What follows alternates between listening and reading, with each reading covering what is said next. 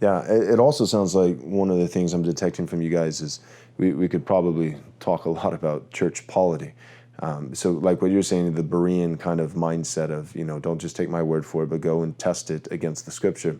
But then also within like a local church, one of the ways that Christianity would be distinct from cults is, at least for you guys and me, I know that we're in the Reformed Baptist tribe, and I'm pretty sure Apologia would hold to the 1689, and I know that I do.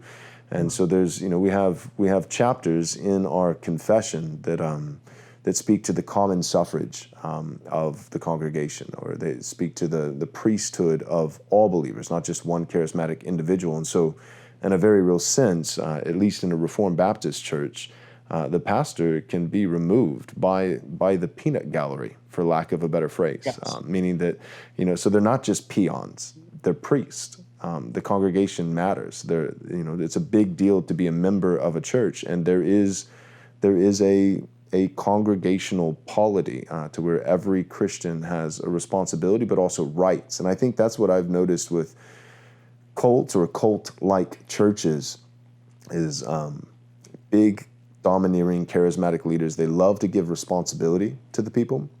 But I'm always wary when people have lots of responsibility, but they don't also, with that responsibility, possess any rights. And so for the members in my church, hey, man, you're responsible for a lot. It's a big deal to be a part of Christ's bride. The faithfulness and the purity of this church's gospel witness falls ultimately on the elders in a larger sense, but it falls very much on the members as well.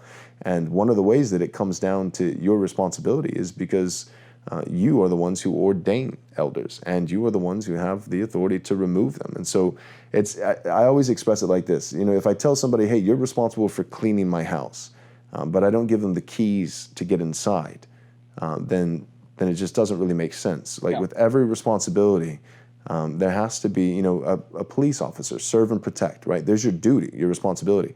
But then you also equip them with a badge and a gun, right? There's certain rights and privileges, power that comes, and I see that as a constant theme throughout the scripture. God calls us to something and also gives us the rights, the ability, the power, the enablement to carry out what he's called us to do. He's a good father. He doesn't exasperate his sons, asking them to do one thing, but giving them no power to carry it out. And that seems to be a common denominator in. Thanks for watching this video. We hope you enjoyed it. If you did enjoy it, we hope that you'll take a moment and subscribe to our YouTube channel so that you can watch more content like this.